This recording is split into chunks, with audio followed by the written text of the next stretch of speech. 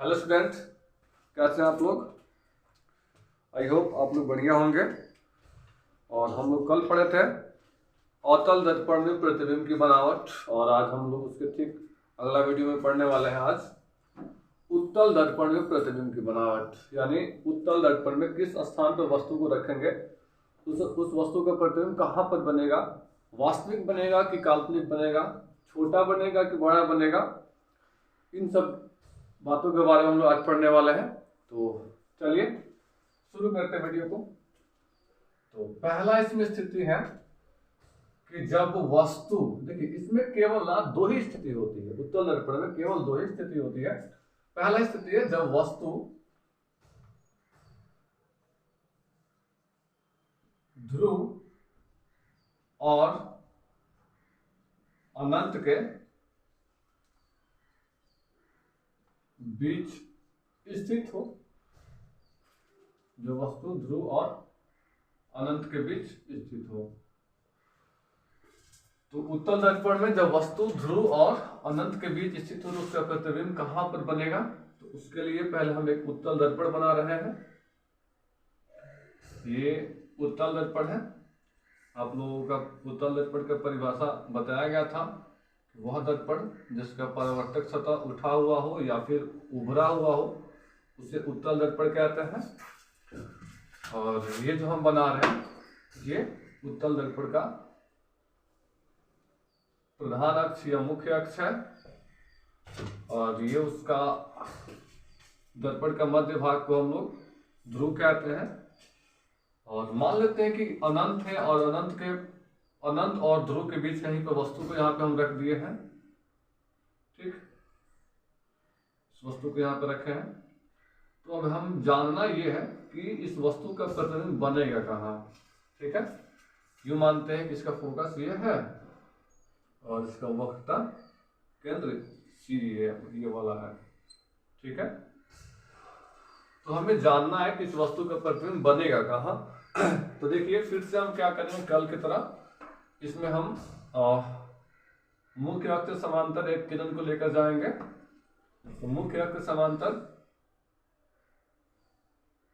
जाने वाली किरणें दर्पण से परावर्तन के बाद कहां से गुजरती है, फोकस से। तो ये तो फोकस से गुजरेगी नहीं, लेकिन जब ये परावर्तित होगी तो ऐसा प्रतीत होगा कि ये किरण फोकस से आ रही है। कहां से आ रही है, फोकस से आ रही है। ठीक है, ये जब लौटेगी तो ऐसा प्रतीत होगा कि ये कहां से लौट रही है, फोकस से लौट रही है या फोकस से आ रही है। ठीक है, और एक हमें किरण चाहिए होता है। तो एक किरण को क्या कहते हैं ना कि वक्रता केंद्र की तरफ आपतित कर रहे हैं। एक किरण को वक्रता केंद्र की तरफ आपतित कर रहे हैं। तो आप लोग देख सकते हैं, और ये आप लोगों को भली भांति पता है कि वक्रता केंद्र की तरफ आपतित किरणें उसी पथ पर वापस लौट जाती है। अब यहाँ पे जाएगी किरण तो फिर से उसी पथ पर वापस लौट जाएगी। तो हम देख क्या रहे हैं कि ये दोनों किरणें ना, लग रहा है कि यहाँ पर एक दूसरे को प्रतिच्छेद कर रही है, एक दूसरे को प्रतिच्छेदित कर रही है। तो इस प्रकार से हम देख रहे हैं कि इसका प्रतिबिंब काल्पनिक रूप से यहाँ पर बन रहा है। तो इसका अब हम प्रकृति राइट कर लेते हैं। प्रकृति मतलब कि नेचर। तो देखिएगा, जब वस्तु ध्रुव और अनंत के बीच स्थित होता है तो उसका प्रकृति मतलब कैसा बनता है। तो सबसे पहले काल्पनिक बनेगा। अब काल्पनिक क्यों भाई, तो काल्पनिक इसलिए क्योंकि हम डॉटेड लाइन से कल्पना करके इस वस्तु का प्रतिबिंब बनाया तो काल्पनिक बनेगा। वास्तव में कटेगा तब ना वहां पे वास्तविक प्रतिबिंब बनेगा। यहाँ पे तो काल्पनिक प्रतिबिंब बन रहा है, और काल्पनिक प्रतिबिंब हमेशा ही सीधा होता है। और तीसरा पॉइंट क्या हो जाएगा, वस्तु से छोटा बन रहा है। आप लोग देख सकते हैं चित्र में, वस्तु से छोटा। और चौथा पॉइंट क्या हो जाएगा भाई, तो फोकस और ध्रुव के बीच, कहां पर, फोकस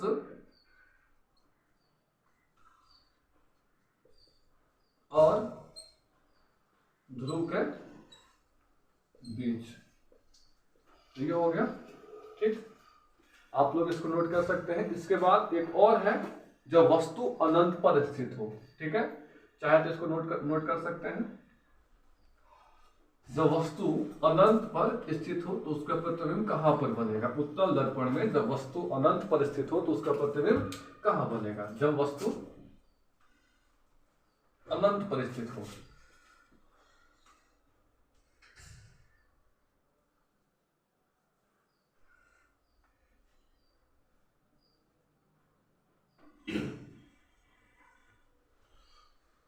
तो देखिएगा, ये फिर से हम यहाँ पे उत्तल दर्पण बना रहे हैं। ठीक,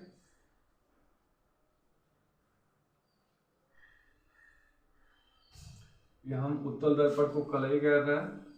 एक तरफ इसको कलई किया गया रहता है और एक तरफ परावर्तक छपा रहता है। और ये हम बना रहे इसका मुख्य अक्ष अपने स्केल की सहायता से। ये रहा मेरा स्केल और ये है इस दर्पण का ध्रुव P, और ये है दर्पण का फोकस, और ये है वक्रता केंद्र। ठीक है, तो मान लेते हैं कि जब वस्तु अनंत पे हो, जब भी हम आप लोगों को बताए थे कि वस्तु को अनंत पर रखना रहता है तो वस्तु का आधा भाग मुख्य अक्ष के ऊपर और आधा भाग मुख्य अक्ष के नीचे बनाते हैं। इससे होता क्या, प्रतिबिंब स्पष्ट रूप से बनता है। हम चाहें तो ऊपर भी रख सकते थे, लेकिन वहां पे थोड़ा सा फिगर गंदा बन जाता है। ठीक है, कहीं अनंत पर है और अभी सोचना है कि इस वस्तु का प्रतिबिंब कहां पर बनेगा। ठीक है, तो देखिए, हम एक किरण यहां से गुजारेंगे, एक किरण यहां से गुजारेंगे। ठीक है, और मुख्य अक्ष के समांतर ही गुजरेंगे दोनों किरणें। तो यहां तक तो हमें डॉटेड लाइन लेकर जाना है, जहां तक प्रधान अक्ष जहां शुरू हुआ वहां तक, और उसके बाद से सीधा लाइन लेके जाएंगे। वही काम यहां पर भी करेंगे। डॉटेड लाइन यहां तक जाएगा, उसके बाद से सीधा हो जाएगा। ठीक, और आप लोगों को पता है भली भांति कि ये किरण मुख्य अक्ष समांतर जा रही है, ये भी किरण मुख्य अक्ष समांतर जा रही है।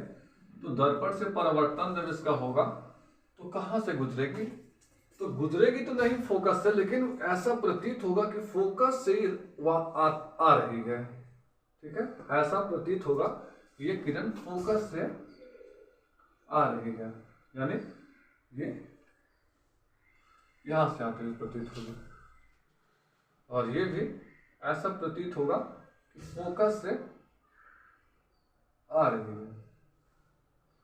ठीक है, तो देखिए, अनंत पर कोई वस्तु रखा गया है तो दोनों ही कहां पे मिलती हुई प्रतीत हो रही है? दोनों रेखा, दोनों किरण ये मिलती हुई प्रतीत हो रही है फोकस पर। तो अवतल में भी फोकस पर ही बनता है जब वस्तु अनंत पर रखा गया रहता है, और उत्तल में फोकस पर ही बनता है। ठीक है, तो अब रहा बात किसका, हम प्रकृति राइट कर लें। प्रकृति क्या होगा इसका भाई? तो प्रकृति देखिएगा, प्रकृति कैसे बन रहा है? तो काल्पनिक बन रहा है, क्योंकि डॉटेड लाइन से और कल्पना करके बना रहे हैं तो काल्पनिक हो जाएगा पहला। और आप लोगों को तो पता है कि काल्पनिक प्रतिबिंब हमेशा क्या होता है? सीधा होता है। काल्पनिक सीधा होता है और वास्तविक उल्टा होता है। तो ये हो गया सीधा, और उसके बाद से बहुत छोटा बनेगा, और उसके बाद से कहां पर बनेगा? तो फोकस पर बनेगा। देख सकते हैं आप लोग, फोकस पर। ठीक है, इसका प्रकृति है। अब हम लोग जानते हैं कि अवतल दर्पण को अभिसारी दर्पण क्यों कहते हैं और उत्तल दर्पण को अपसारी दर्पण क्यों कहते हैं। ठीक है, तो सबसे पहले हम लोगों को अभिसारी किरणपुंज और अपसारी किरणपुंज जानना होगा। अभिसारी किरणपुंज आप लोगों को पता है, पहले पढ़ा चुके हैं कि वह किरणपुंज जो किसी प्रकाश स्रोत से निकलने के बाद एक बिंदु पर आकर मिलती है उसे अभिसारी किरणपुंज कहते हैं, और वह किरणपुंज जो किसी प्रकाश स्रोत से निकलने के बाद फैलती हुई चली जाती है उसे अपसारी किरणपुंज कहते हैं। ठीक, तो अगर ये डिफिनेशन आप लोगों को माइंड में रहेगा तो इसको समझना ज्यादा कठिन नहीं है। तो आइए शुरू करते हैं कि अवतल दर्पण को अभिसारी दर्पण क्यों कहते हैं। ठीक है, तो अवतल दर्पण मुख्य अक्ष के समांतर आने वाली किरणों को एक बिंदु पर केंद्रित कर देता है, इसीलिए इसे अभिसारी दर्पण कहते हैं। यानी ये अवतल दर्पण जो है ना, मुख्य अक्ष के समांतर जो किरणें आती है उसको एक बिंदु पर केंद्रित कर देता है। यही रीजन है कि अवतल दर्पण को अभिसारी दर्पण कहते हैं, क्योंकि अभिसारी किरण पुंज में होता क्या है कि किरण आती है और एक बिंदु पर केंद्रित हो जाती है। ठीक है, वह किरण पुंज जो किसी प्रकाश स्रोत से निकलने के बाद एक बिंदु पर आकर मिलती है उसे अभिसारी किरण पुंज कहते हैं। तो यहाँ पर भी किसी स्रोत से आने के बाद एक बिंदु पर आकर मिल रही है, इसलिए इस अवतल दर्पण को अभिसारी दर्पण भी कहते हैं। ठीक है, अब उत्तल दर्पण को अपसारी दर्पण क्यों कहते हैं भाई? तो उत्तल दर्पण मुख्य अक्ष के समांतर आने वाली किरणों को प्रसारित कर देता है, इसलिए उत्तल दर्पण को अपसारी दर्पण कहते हैं। यहाँ पे देखिएगा कि मुख्य अक्ष के समांतर जो भी किरणें जा रही है ये प्रसारित कर दे रहा, फैला दे रहा है, इसलिए इसको अपसारी दर्पण कहते हैं। अपसारी का परिभाषा आप लोगों को पता होगा कि वह किरण पुंज जो किसी बिंदु स्रोत से निकलने के बाद या जो किसी प्रकाश स्रोत से निकलने के बाद फैलती हुई चली जाती है तो उसे अपसारी किरण पुंज कहते हैं। तो यहाँ पे उत्तल दर्पण किरणों को प्रसारित कर दे रहा, फैला दे रहा है, इसलिए उत्तल दर्पण को अपसारी दर्पण कहते हैं। ठीक है, तो आप लोग अगर नोट करना चाहें तो नोट कर सकते हैं।